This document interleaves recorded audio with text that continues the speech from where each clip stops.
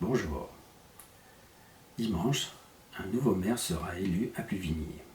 C'est l'occasion pour moi de vous adresser ce dernier message pour faire le point sur la situation locale et notre environnement.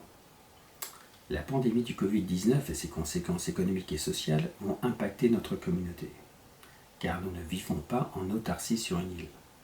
Pluvigny vit aussi par exemple sous l'influence économique du littoral, pour le tourisme comme pour les artisans du bâtiment.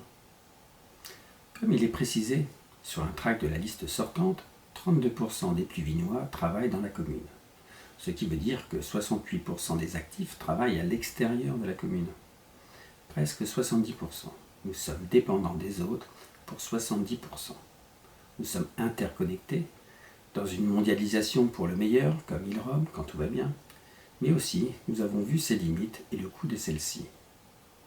Lors d'un point presse, le ministre de l'économie a précisé le montant des dépenses dues à la crise du Covid, 480 milliards d'euros, précisant qu'il faudra bien les rembourser. Les soignants des hôpitaux qui manifestent apprécieront certainement qu'aujourd'hui, on trouve facilement des milliards par centaines. À précisant la tête de la mairie, c'est aussi l'heure des bilans. Bilan pour les conseillers municipaux, mais aussi communautaires. Qu'ont-ils fait pendant ces 6 dernières années ? Je vous invite d'ailleurs à regarder attentivement les prospectus qui ont été distribués ainsi que les professions de foi et à chercher les parties qui concernent ACTA. Vous serez surpris, ACTA c'est l'intercommunalité. ACTA aujourd'hui collecte l'impôt, a de plus en plus de pouvoir et parfois sur les professions de foi il n'y a rien. Lisez-les attentivement, vous allez être étonnés. Le monde d'après, le confinement, doit être différent de celui d'avant.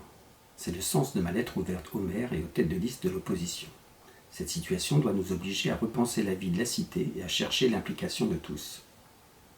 Les têtes de liste du conseil municipal, aujourd'hui dans l'opposition, sont exclues des réunions préparatoires du conseil municipal du lundi.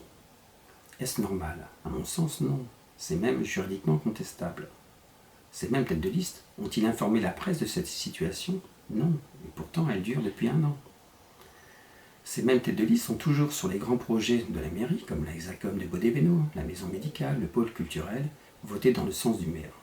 Sont-ils vraiment dans l'opposition ?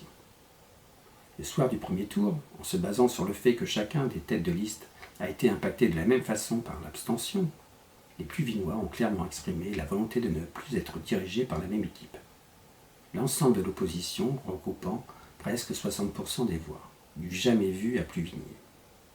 Lors du deuxième tour, j'ai proposé aux 2 autres listes d'opposition de fusionner. Aucune n'a accepté. Le statu quo actuel leur convient. Dans ces conditions, réfléchissez. Quelle est la seule liste qui vous propose un renouveau pour Pluvigny ? Après la pandémie et la période de confinement que nous avons connue, Pluvigny est à la croisée des chemins. Nous pouvons continuer, sans tenir compte de cet événement, vers le destin que certains ont choisi pour nous sans concertation. Surconsommation, avec le projet de Baudéveno, et son corollaire, nous devenons une cité dortoir.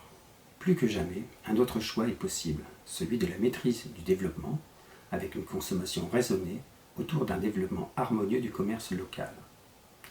Pluvigny a la chance d'être rural.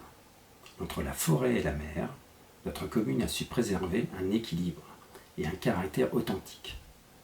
Pour demain, elle doit cultiver son savoir-vivre et son savoir-faire. Ce petit quelque chose qui flotte dans l'air et que les nouveaux arrivants apprécient, c'est tout naturellement l'art de vivre à la pluvinoise. Dimanche 28 juin, ensemble, choisissons notre avenir.